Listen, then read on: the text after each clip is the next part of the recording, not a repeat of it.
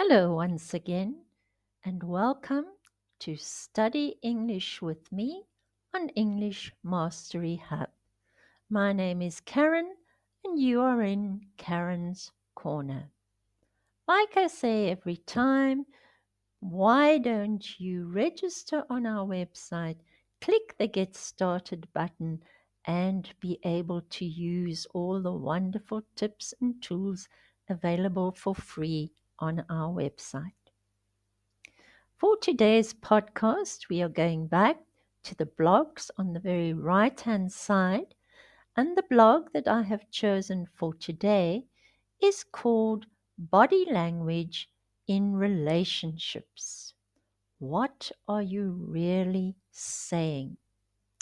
You know, many people say one thing, but their body language portrays another thing. I don't know if you know anybody like that. And it has been said that what you say is actually, I'm not quite sure of the percentage, but something like 90% of what you say is portrayed by your body language, is shown by your body language. And only 10 to 15% of what people read or understand comes from the words that come out of your mouth. So, this is a very important topic for us to cover and to be aware of when we're going for an interview or when we're meeting people in general, to appear open and trustworthy rather than closed off and maybe not be prepared to look people in the eye. This affects how people perceive you. So, let's look at our podcast for today. The article is at an A1 to A2 level. This means it is English that all of you should be able to understand.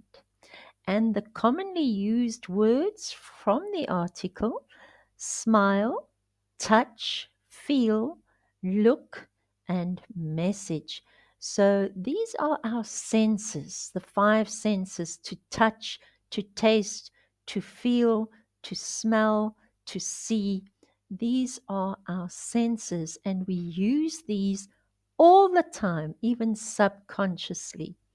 If you come across words that you don't know, please make a note of them and we will address them and add them to the glossary as we go along. Secondly, there is an audio file together with the blog. So if you sign into English Mastery Hub, you can go over the audio. And the beauty of this is you can stop and rewind as many times as you like, just to make sure that your pronunciation is correct and that you understand the meaning of the spoken word. Having said that, today I'm going to read this blog to you, and I want you to follow along and mouth the words to yourself. This technique is known as shadowing, and those of you that have watched previous videos will be familiar with this technique. Body language in relationships. What are you really saying? Body language is how we use our bodies to send messages. It is a big part of how we communicate with people, especially in relationships.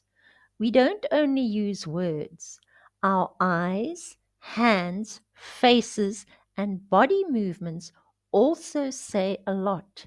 Sometimes we say more with our body than with our mouth. In relationships, body language helps us show love, care, or even anger. For example, a warm smile can show happiness. Holding hands can show closeness and trust. Looking into someone's eyes shows that you are listening and that you care. These are small actions that make a big difference. Sometimes people don't say how they feel with words, but their body shows it. If someone crosses their arms and looks away, they may be angry or upset. If your partner turns their back or avoids eye contact, they may not feel good. Learning to see these signs can help you understand your partner better. I would say learning to see and recognize these signs for what they mean. Good body language also helps solve problems. If you are calm, sit close, and look at the other person kindly, they may feel safe enough to talk to you. A gentle touch or nod can show support.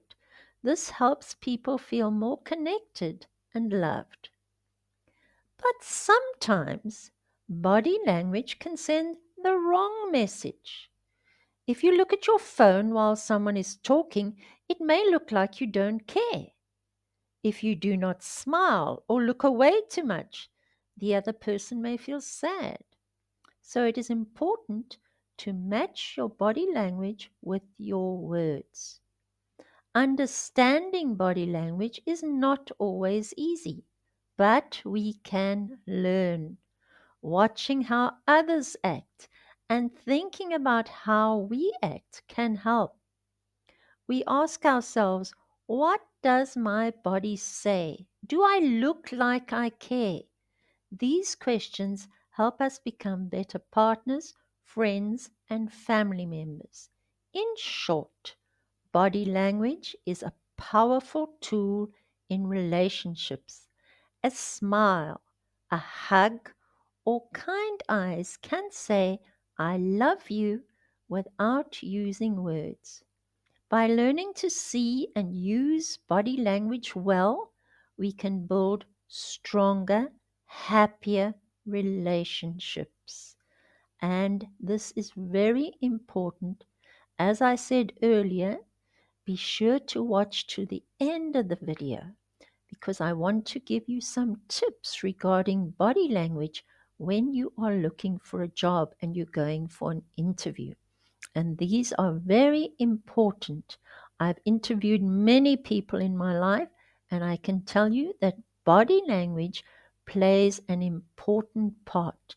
In fact, you make an impression the first 15 seconds after you've walked into a room, and that impression sticks.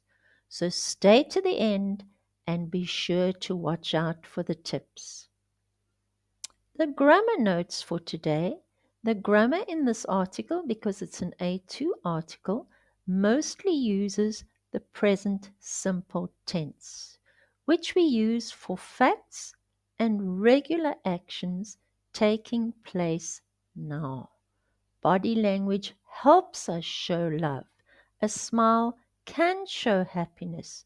We learn to understand body language. We use the present simple to talk about things that are always true. I, you, we, they, and the base verb smile or we talk. If, however, you are talking about he, she, or it, we use the verb plus S. You smile, I smile, he, she, it smiles. Now, if this sounds a little bit too complicated or if you don't understand what I'm talking about, join our free grammar lesson course and improve your grammar skills.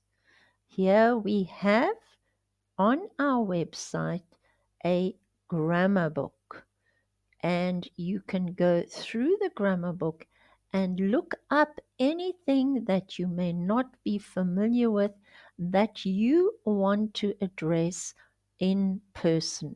So the grammar book covers all different types of grammar in a very simple and basic form. It is suitable from A1 level and it is an introduction, so it's very, very simple. And we see Confucius says here, it does not matter how slowly you go, so long as you do not stop. apply that to your English learning journey. You may feel I'm getting nowhere. I've been learning for months and I still feel I don't know anything. It doesn't matter as long as you do not give up. Remember the snail in the children's story who just kept slowly plodding along, or the tortoise, I think it was. Sorry, not the snail. Wrong animal.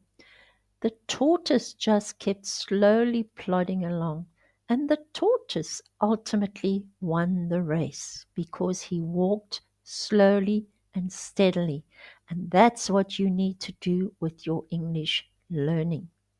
So, in the English grammar book, as I said, you can go to any slide and revise a particular grammar point. Then I also wanted to mention the glossary. So when you're reading, if you come across words, this is for me quite easy, obviously, because it's an A1 or A2 level. But if you come across a word that you don't understand, all you have to do is click on that word, and then up will pop our wonderful tool of a glossary, and you can add this word to your glossary. You can also translate it into your home language, whatever that language is, and it will appear in your glossary, not in my glossary, but in your glossary. And when you go onto our website and go to your glossary, you will see that there is a graph which plots all the words that you've learned from recently learned, just learned, or confident. And there is a list of all the words you've learned with the confidence level. So I'm also trying to challenge myself. So I am adding words that are a little bit more advanced because I am a native speaker to try and challenge myself. Some of them I've added just to show students, but some I want to find words that I'm not familiar with and add them to my glossary as well. So people at any level of English can use the glossary, add reminders, delete words if you know them and you don't want to be reminded about them. It's very, very versatile. And here we have a tracking graph showing you all the words that I've just learned, that I'm confident with, and that I use on a daily basis.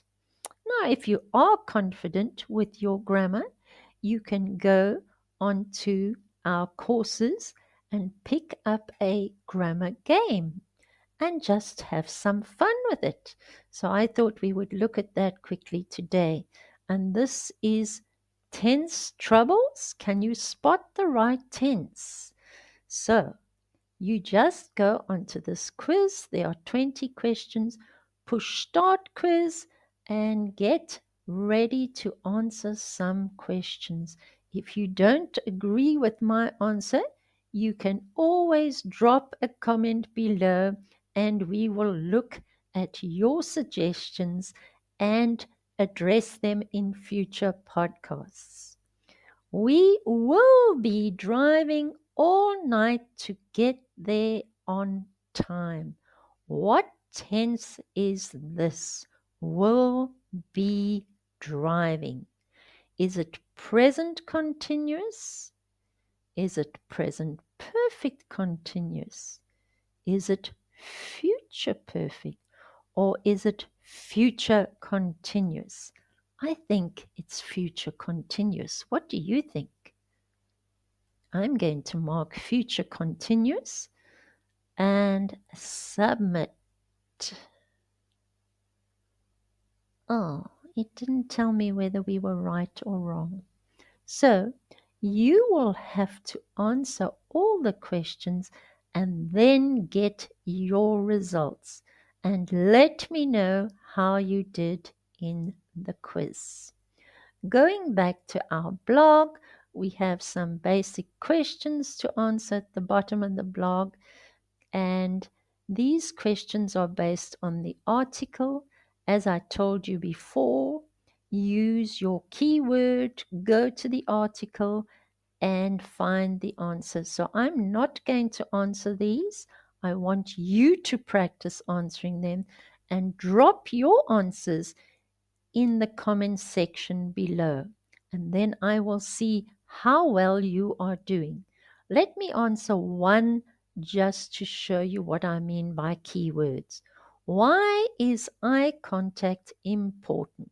Go back to your blog and then scroll through your blog, skim read until you find eye contact.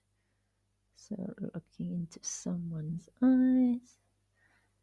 Okay, if someone avoids eye contact, you might make the person not feel good because they may think that you're angry with them or that you're upset.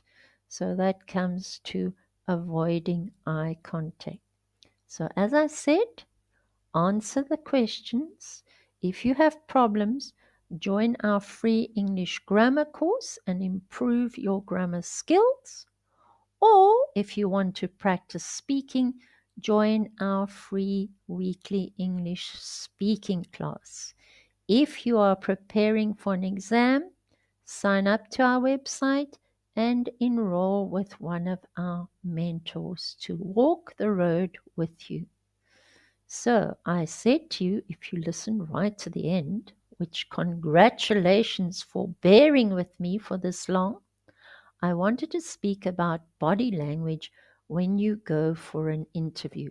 Obviously, we are all nervous when we go for an interview. And this shows sometimes in our body language. Remember when you go into an interview to look the interviewer in the eyes. In English societies, if you don't look someone in the eyes, you are saying, I am not to be trusted. And this is not a message that you want to put across. So look the person in the eyes, smile confidently, even if you don't feel confident. Stretch out your hands, shake hands firmly, a nice firm grip, which also shows confidence, and this will start the interview off correctly and put you in a good position. Thank you so much for being with me today. I look forward to seeing you in future. Bye bye for now.